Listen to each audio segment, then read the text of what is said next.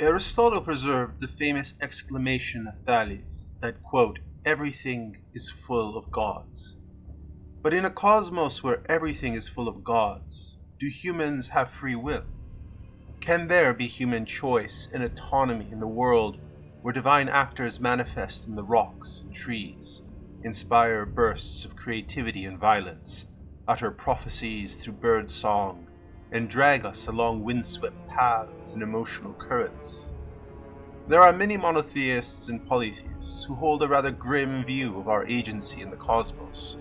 Such a determinist and fatalist view, particularly in regard to the divine, is informed by the notion that a creator God who is all-knowing and all-seeing has in some manner access to concretized future events, and regardless of whether we come to decision A or decision B, all is predestined and predetermined. In such an absolutist world, it is difficult, or nearly impossible, to see what impact human agency has, or whether in fact it really even exists.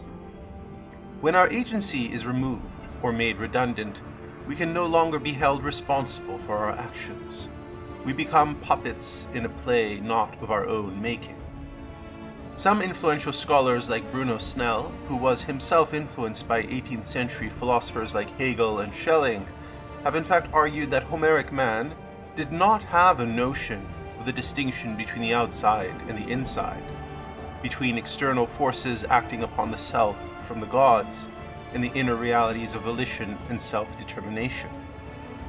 Greek tragedy has in many respects entrenched this idea that fate and necessity act as a brutal, unfeeling, mechanical cage, slavishly obeying its own unyielding logic and laws, in which the human is trapped and wholly passive in his or her life. In response to this notion, some moderns have attempted to embrace a sort of radical acceptance, or amor fati, seeing in this the ideal of heroic ethos. This video is not about fate or determinism per se, but something that I find more interesting and compelling, and that is the responsibility and agency, both human and divine. Goethe once said that, quote, what man worships as God is his own inner being turned inside out. My favorite psychoanalyst, C.G. Jung, was deeply influenced by Goethe, and here we can see certain remnants of Goethe's thought in Jung's conception of the archetypes and the role of mythology in psychoanalytic therapy. Indeed, from a purely psychological lens, we can see the correspondence between human emotions and affects, and the qualities and characteristics of the gods. For example, Ares being equated with an angry or violent temperament, and Hermes with a playful and devious and mischievous temperament. But I'm afraid to say that this is still a rather reductive view regarding what the gods are in and of themselves. The gods are not simply moods or emotional affects.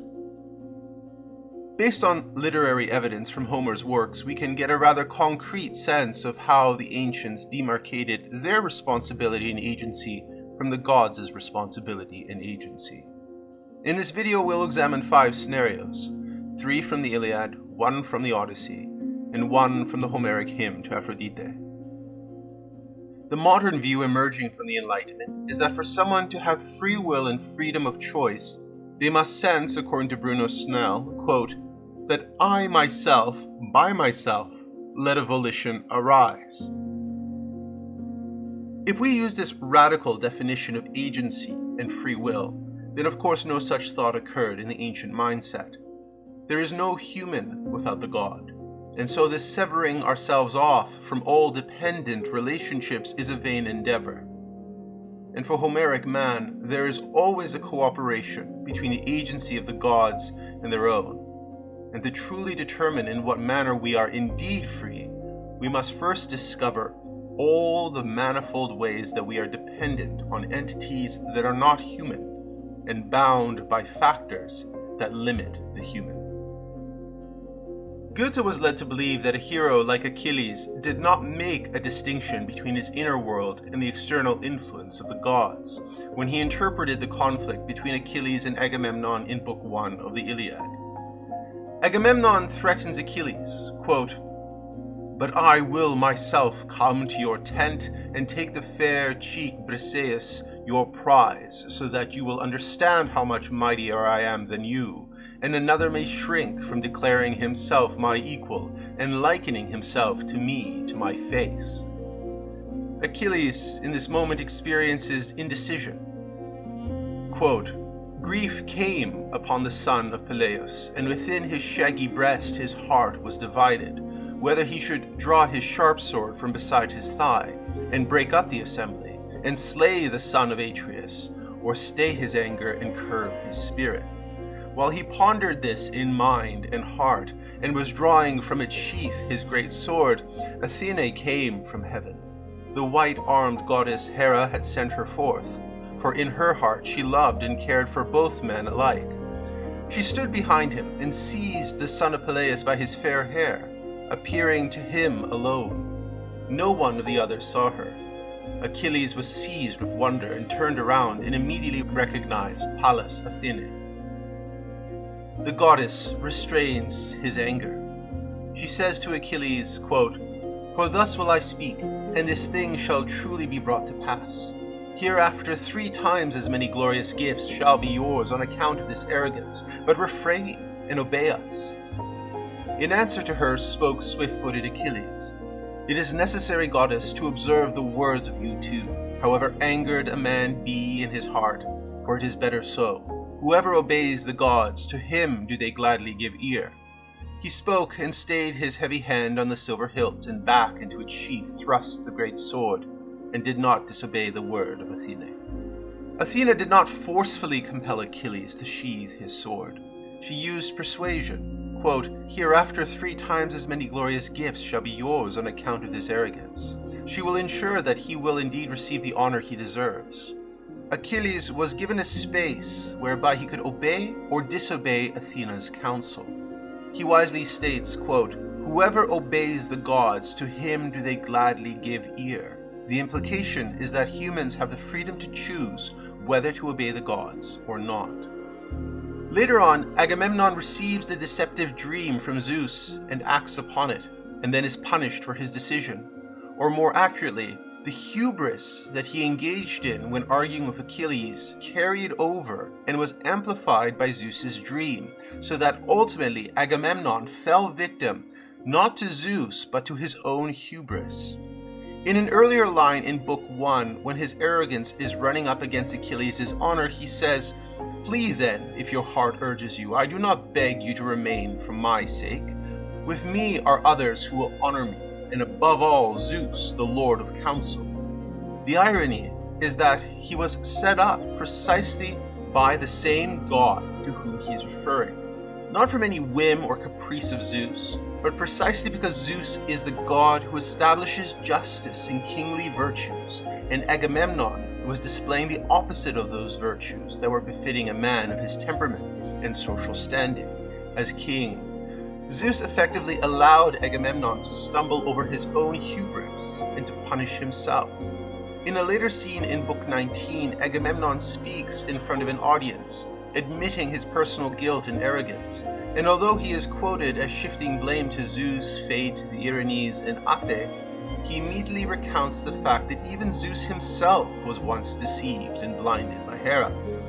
This not only shows the sympatheia between the king of the gods and the king of the Mycenaeans, and that they are both prone to making mistakes unique to kingly arrogance, but also that Agamemnon is asking for his audience to understand the situation he found himself in, where he was at fault for failing to curb his temptations and the inherent weaknesses of his character. According to the classicist Schmidt, cooperation between gods and humans is, quote, produced by the gods, who adapt their overarching insights and intentions to man's limited horizon, and by humans, who are responsible through their own efforts for the divine gifts they are honored with. He argues that the gods do not display divine despotism or randomness, but, quote, rather it demonstrates the ability and will of the gods to respond in their actions to what humans in themselves offer them. He also says, quote, "For Homer, humans can, to a significant degree, actively contribute to the manner in which the divine presents itself to them." This very much echoes the Gnostic notion of talem eum vidi qualem capere potui, something that we've discussed in multiple past videos and has been integral to the work of Henry Corbin. The literal translation is, "I saw him in such a form as I was able to take in." In our context, what can be extracted from these examples is that when a person behaves and acts in accordance with their nature or their character, they are corresponding with the appropriate god. As Schmidt neatly summarizes, quote, "Each god reveals himself to the individual precisely as the individual is capable of receiving and willing to receive what is appropriate to this god, so that it ultimately lies with the individual which divine gifts he merits and whether they lead him to good or evil." A second example can be found in the Odyssey, Book 15, where Telemachus is lying awake, unable to fall asleep due to his anxiety about his father Odysseus. He is beset with worries. Athena appears on the scene and elicits an image of what can easily be seen as the projection of Telemachus' anxieties. She says, quote, "Telemachus, thou dost not well to wander longer far from thy home, leaving behind thee thy wealth and men in thy house so insolent, lest they divide and devour all thy possessions, and thou shalt have gone on a fruitless journey. Nay, rouse with all speed Menelaus, good at the war cry, to send thee on thy way." She also echoes his fear that his mother Penelope will finally decide upon a suitor to marry. Athena's intention is for Telemachus to travel to Ithaca and not to sit and stew in anxiety about the suitors and Penelope. And yet she recounts those same thoughts and feelings to him. One can easily be deceived into thinking that Athena's vision is simply the projection of Telemachus' own thoughts. But in this instance, it is also clear that the goddess has her own intentions, disguising the intentions that she expresses to Telemachus. What this in fact demonstrates is that the gods influence humans by conforming and modulating to their psychic states, to such an intimate degree that it is sometimes difficult to discern the subtle distinction between the agency and decision of the human and the suggestion by the divinity. To complicate the matter further, the gods are also deeply sensitive to the current state of the human individual and know at what angle or degree of intensity of influence to apply in order to affect something that conforms to their own intentions. Schmidt identifies degrees of influence that range from mutual counsel, treating both humans and gods almost as equals, to offers, to requests, to temptation, to warnings, and finally in its most urgent form, to threats of direct violence. When the gods are aware of the disposition and current psychic state of the individual to whom they intend to influence, and then proceed to conform to it or echo it, this implies, of course, that there is a pre-existent will that the human possesses, to which the god must conform. It is therefore not true that Homeric man only saw internal impulses as manifestation of external powers. For a third example, we are transported to the battlefield lines, right before Menelaus and Paris are about to engage in a one-to-one combat for Helen. In order to thwart the duel and assassinate Menelaus with an arrow, Athena searches the ranks of soldiers looking for one Trojan in particular, Pandarus. Quote, "But Athene entered the throng of the Trojans in the guise of a man, in quest of godlike Pandarus. Then she drew near and spake to him with winged words." She then proceeds to entice him with flattering words and enticements for glorious gifts, his vanity and ambitions. So spake Athene, and persuaded his heart in his folly. Again, we are seeing the gods granting humans a level of responsibility and agency. They can choose to fall into their own weaknesses and therefore hold the responsibility for their role in evil outcomes. Conversely, they can also be uplifted by the gods and aided by them in the pursuit of virtues through the mortal strength of character. The final example I'd like to cover is from the Homeric hymn to Aphrodite. The goddess is instrumental in allowing gods and mortals to mate with one another. In fact, she does this out of sheer joy and fun. Quote, "Aphrodite, lover of smiles, boasting that she can make the gods sleep with mortal women, who then bear mortal sons to immortal fathers. In retaliation, Zeus places, quote, sweet desire in her thumos, desire to make love to a mortal man, so that not even she may go without mortal love-making. She falls for the handsome Anchises, under the disguise of a virginal young woman. At first, he is astounded by her beauty and flatters her by suggesting that she may in fact be a goddess. Quote, hail, my lady, you who come here to this home, whichever of the blessed ones you are, Artemis or Leto, or golden Aphrodite or Themis of noble birth, or bright-eyed Athena. She convinces him that she is in fact mortal, and so they sleep together, a very dangerous thing to happen between a god and a mortal. The author of the Homeric hymn, similar to Agamemnon's entreaty for understanding when he is confronted by his audience regarding his hubris and guilt, feels the need to defend Anchises and defer a portion of responsibility onto the gods. Quote, and then, by the will of the gods and by fate, not understanding the situation clearly, he lay down, although mortal, beside an immortal goddess. But it is clear that according to Zeus's will, Aphrodite did not fall for just the first random man she encountered, but observed him herding cattle of Mount Ida. Quote, saw him, she fell in love with him, a terrible desire seized her in her phrenes. After first encountering this goddess in disguise, Anchises expresses himself in ways that indicate his character, and he appears to be rather ambitious. For you, on some high peak, in a spot with a view going all round, I will set up an altar, and I will perform for you beautiful sacrifices every year as the season comes round. And I wish that you in turn may have a kindly disposed thumos towards me. Grant that I become a man who is distinguished among the Trojans. Make the genealogy that comes after me become a flourishing one, and make me live a very long life and see the light of the sun, blessed in the midst of the people, and let me arrive at the threshold of old age. Olson comments on this passage and says, quote, Anchises promises not a single spectacular offering, but a new cult, which he will maintain himself. His offer of fine sacrifices in perpetuity is thus implicated in what he requests from his visitor in the verses that follow. Only if he grows wealthy and lives to be an old man will he be in a position to make the sort of offerings the goddess would like to receive for as long as she would, presumably, like to receive them. And only if she grants him children will her new cult continue after its mortal founder's death. So too Anchises' request for personal distinction, matching his proposal to locate the altar in a conspicuous spot, will serve the goddess's interests as much as his own, since the more prominent he is among his people, the more prominent the deity he worships will become as well. In this sense, we can see that his ambitions are mutually beneficial to the goddess. He also desires for the genealogy that comes after him to be a flourishing one, lest we forget that the child produced from their union is Aeneas, the legendary leader who founded a new city for the Trojans in Italy that was destined to become Rome, as told in Virgil's Aeneid. His wish certainly came true, and it can easily be argued that the divine enervator of the Roman spirit is in fact Aphrodite herself. Perhaps now we can better understand Heraclitus' fragment 119, Ethos anthropoi daimon, man's character is his fate. Like all of the gnomic fragments of Heraclitus, there is an ambiguity and mystery to this line.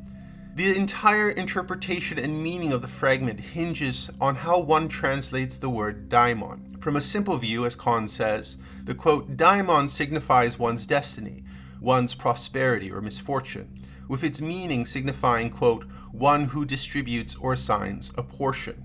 But as Kahn later remarks, daimon was also used in Homer's time as interchangeable with God or divinity, or even with the Hesiodic understanding of daimons being from the race of the Golden Age. Whatever we say of this fragment, it offers itself to our gaze in a double aspect, where the agency of the human and the divine are mingled, each separate but yet in intimate contact. Sometimes thoughts or actions occur to us from outside of ourselves, so that we can justifiably claim that these things originated externally from ourselves, and that we were seemingly compelled by a divine force to respond or act in a certain way. But there is even a stronger element, in which it is not only the way we respond to these claims and persuasions from the outside world, but in our free choice and volition to foster and nurture certain character traits, dispositions, thoughts, and therefore deeds. In this way, as Schmidt reminds us, quote, it's the individual himself who discloses to himself the divinity in the world, and, quote, determines in what form divinity shows itself to him, or withdraws as well. Take care for now.